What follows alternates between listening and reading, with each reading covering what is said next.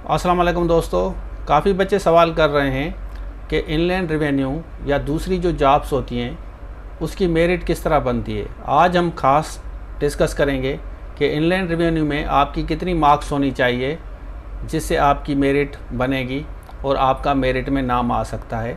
Criteria क्या है, कम से कम कितनी मार्क्स होनी चाहिए किसी भी स्टूडेंट की, किसी भी कैंडिडेट की जिसका मेरिट में नाम आ सकता है और उसको इंटरव्यू के लिए या डिस्क्रिप्ट के लिए बुलाया जा सकता है। कि टोटल आपकी कितनी मार्क्स होनी चाहिए, टोटल आपकी कितनी मार्क्स लें जिसकी वजह से आपका मेरिट में नाम आ सकता है, उसका फार्मूला क्या है वो मैं आपको फार्मूला बताता हूँ।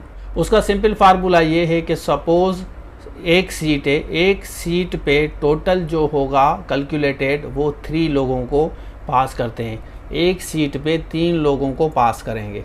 आप कैलकुलेशन कर लेना, टोटल जितनी भी सीटें हैं 492 टोटल सीटें ना, तो इसको आप 3 से मल्टीप्लाई करें। उन लोगों को इंटरव्यू के लिए बुलाया जाएगा, 3 लोगों को बुलाया जाएगा। एक सीट पे 3 को मल्टीप्लाई कर सकते हैं 492 के साथ, तो आपकी फिगर आ जाएगी।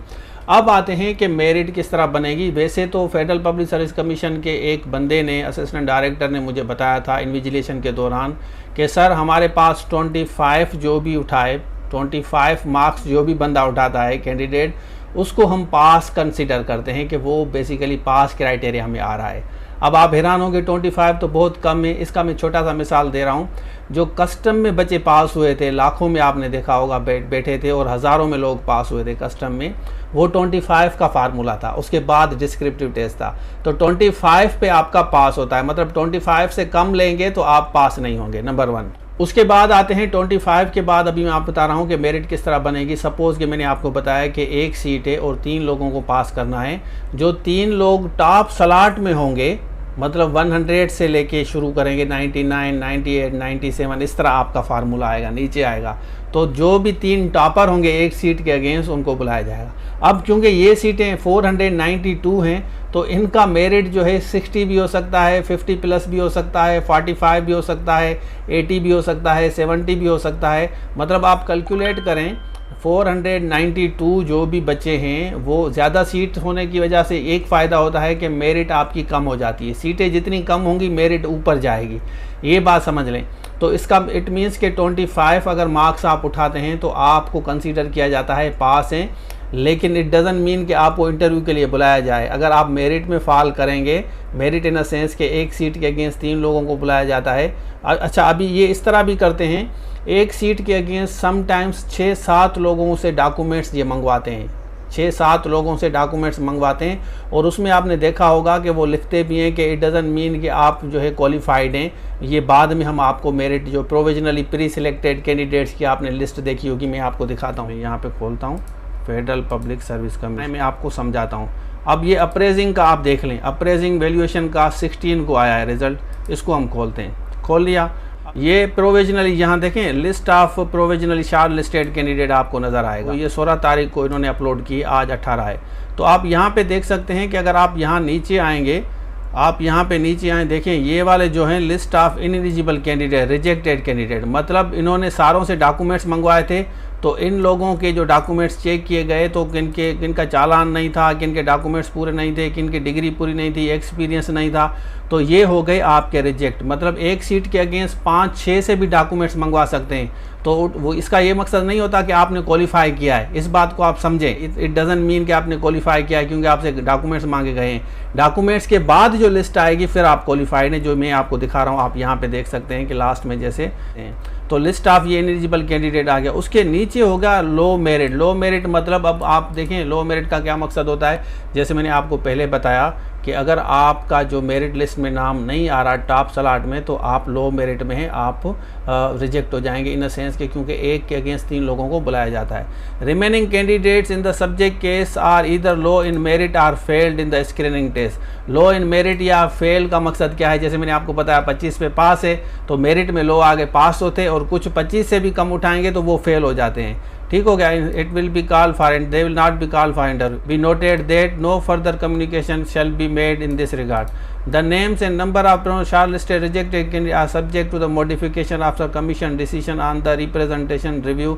अगर आप समझते हैं कि आपका जो है रिजेक्ट हो गया है किसी गलत रीज़न की वजह से, तो आप रिव्यू के लिए फेडरल पब्लिक सर्विस कमीशन का चालान पे करेंगे, तो आप अप्लाई करेंगे, आपकी दरख्वास्त को रिव्यू किया जाएगा कि भाई मेरे तो डॉक्यूमेंट सही थे, आपने मुझे खाम का रिजेक्ट किया है, डॉक्यूमेंट्स मेरे 100% सही थे, तो आप उसको प्रूव कर सकते हैं और इसके थ्रू यहाँ पे अब उन्होंने क्या किया है, the names and the number of provisional rejected candidate are subject to the modification after commission decision on the representations and review petition if any of the rejected candidate terms of. तो यहाँ पे आप देख सकते हैं कि ये काफ़ी बच्चे ऐसे होते हैं जो रिव्यू में भी जाते हैं, मतलब अगर आप समझते हैं कि आपका जो नाम है शॉर्ट लिस्टेड कैंडिडेट में सही कंसीडर नहीं किया गया, वहाँ पे फेडरल पब्लिक से गलती हो गई है, तो आप रिव्यू में भी जा सकते हैं। आप वहाँ पे एक चालान पे करेंगे, इनका चालान डाउनलोड करके पे करने के बाद आप अप्लाई करेंगे, अप्लाई करने में आप वहाँ पे बताएंगे कि उसमें स्पेशली फोकस होता है कि डॉक्यूमेंट्स अगर आपका कोई फेक है या डॉक्यूमेंट्स आपका पूरा नहीं है, आपने लेट किया है या चालान आपने नहीं भेजा था,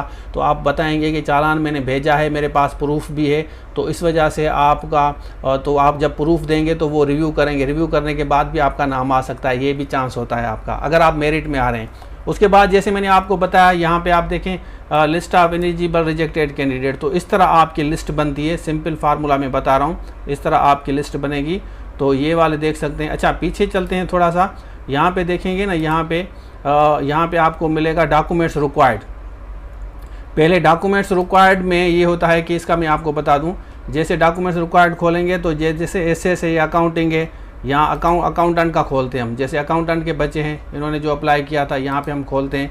अब इनसे डॉक्यूमेंट्स जो है ना, यहाँ देखें, recruitment to the post of accountant national accountability bureau के लिए, referring online application subsequent screening written descript for the post following candidate advise to furnish biodata along with, इस तरह आपके पास आएगा एक लेटर, ठीक है, इस तरह आपके पास आपका आएगा एक लेटर। तो उस लेटर में आपसे डॉक्यूमेंट्स मंगाए जाते हैं। तो इट डज़न मीन कि अगर ऐसा आपके पास लेटर आया है तो इट डज़न मीन कि आप क्वालिफाइड हैं। इसमें क्या होगा, इसमें ये होता है कि एक सीट के अगेंस्ट 5 या 6 लोगों को भी बुलाया जाता है। उसके बाद फिर वो क्या करते हैं, देखते हैं कि जिनके डॉक्यूमेंट्स पूरे हैं, भले आप 6 के डॉक्यूमेंट्स पूरे हो, अगर एक सीट के अगेंस्ट 6 को बुलाया जाता है, 6 के डॉक्यूमेंट्स पूरे हो, फिर वो क्या करेंगे, फिर वो मेरिट वाले जो 3 टॉप है उनको बुलाएंगे, रिमेनिंग को नहीं बुलाते। इसलिए बुलाते हैं 6 को, क्योंकि समटाइम्स इस तरह होता है कि बच्चों के डॉक्यूमेंट्स पूरे होते नहीं हैं और अप्लाई कर देते हैं, तो इस वजह से ये मंगाते हैं। आप देख सकते हैं कि यहाँ पर लिखा हुआ है कि आप डॉक्यूमेंट रजिस्टर के थ्रू भेजेंगे, फ़ोटो वगैरह, ये सारी चीज़ें आप अपने पास थाम के रखें जो इनलैंड रेवेन्यू में अप्लाई कर रहे हैं। ये सारी चीज़ें इंशाल्लाह आप क्वालिफाई करेंगे। अगर आपका एक्सपीरियंस है तो एक्सपीरियंस भी, इसी तरह गवर्नमेंट सर्वेंट वगैरह हैं, डीपीसी भी, उसके साथ अंडरटेकिंग अगर आपने प्रोवाइड किया है एग्जामिन ओरिजिनल। ये देखें, ये वाली चीज़ मैं बता रहा था, अगर आपका यहाँ देख सकते हैं, ये देखें, in case of non test आप देख सकते हैं, non-test case undertaken provided candidate at the time of examination being application be on the closing date of advertisement government treasury on branch national bank of Pakistan।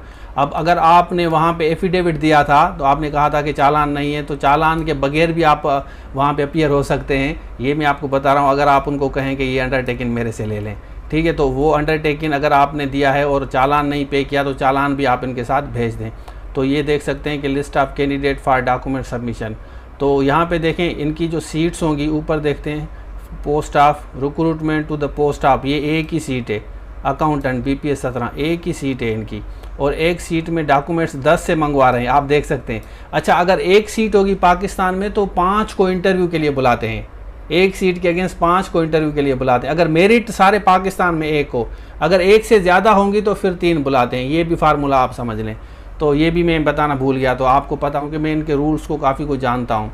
अब देखिए, ये एक seat है तो 10 से डॉक्यूमेंट्स मंगवाएंगे और इसमें 10 में से जो है 5 इनएलिजिबल होंगे, 5 को एलिजिबिलिटी। देखिए यहाँ पे लिखा है, eligibility of the candidate shall be determined as per commission's policy laid down in the general instruction displayed at the website or go through the general instruction update, and the candidate will be shortlisted for interview as per applicable policy of the commission। क्या है वो, यही है जो मैं बता रहा हूँ। Eligibility of the candidate in all respect shall be reckoned up to the closing date के साथ eligibility। Candidate are cautioned to caution that requisition of the documents का ये मतलब नहीं है कि आप eligible हैं. It doesn't mean shall not waste any right in them for the post until they are shortlisted on the basis of advertised merit relevant provincial regional quota. देखिए ये सारी चीज़ें वही साबित हो रही हैं जो मैंने बताया. In case any of the fail to submit this document within stipulated period HUR for the caption post shall be rejected. तो काफ़ी बच्चे देर पहुंचाते हैं, डॉक्यूमेंट्स देर भेजते हैं, इसलिए ये ज़्यादा से ज़्यादा लोगों को डॉक्यूमेंट्स के लिए कहते हैं. मतलब अगर एक सीट है पाकिस्तान में तो 10 से मंगवाएंगे, 9 से मंगवाएंगे. अगर उससे सीटें ज़्यादा हैं तो 5 एक सीट के अगेंस्ट 5 से मंगवाएंगे, उसमें से भी 2 को ये रिजेक्ट करेंगे, 3 को इंटरव्यू के लिए बुलाएंगे. ये बेसिकली इनका रूल है. तो ये थी आज की video, detail video. I am sure कि आपको ये वीडियो डिटेल पसंद आई होगी कि मेरिट किस तरह बनती है. अगर पसंद आई है तो आप दोस्तों के साथ इसको ज़रूर शेयर करें और मेरे लिए भी दुआ करें. और इनका आपको पता है कि इनलैंड रेवेन्यू का हमने सेशन स्टार्ट किया हुआ है सक्सेसफुली आज, क्योंकि 9 मुहर्रम है, 10 मुहर्रम है तो छुट्टी है 2 दिन. उसके बाद इंशाल्लाह फिर हम रिज्यूम करेंगे. जो भी हमारे बच्चे देख रहे हैं ये उनके लिए मैसेज है, जिन्होंने हमें ज्वाइन किया हुआ इनलैंड रेवेन्यू के लिए, ये उनके लिए मैसेज है कि भाई 2 दिन के बाद आपका सेशन फिर शुरू होगा. सर नजीब की क्लास फ्राइडे से फिर शुरू हो जाएगी. तो ये था आज के लिए. Thank you so much all of you. Stay tuned. अल्लाह हाफिज़.